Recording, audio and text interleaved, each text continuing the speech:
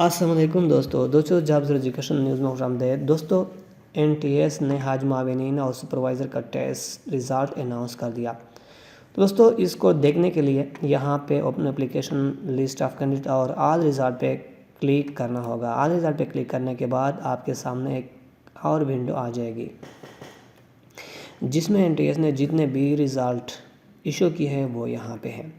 तो यहाँ पे पहला नंबर पे जो टेस्ट हुआ था वो संडे यानी 3 मार्च 2024 को हुआ था। Ministry of religious affairs and interfaith harmony screen test for the माविनीन हज 2024। तो यहाँ पे डिटेल पे हम क्लिक करते हैं।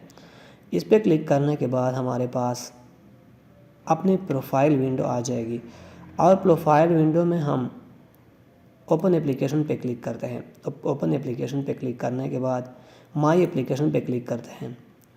माई एप्लीकेशन पे क्लिक करने के बाद यहाँ पे हम डाउनलोड रिज़ल्ट पे क्लिक करते हैं। तो इसी पे क्लिक करने के बाद आपके सामने आपका रिज़ल्ट रोनुमा हो जाएगा।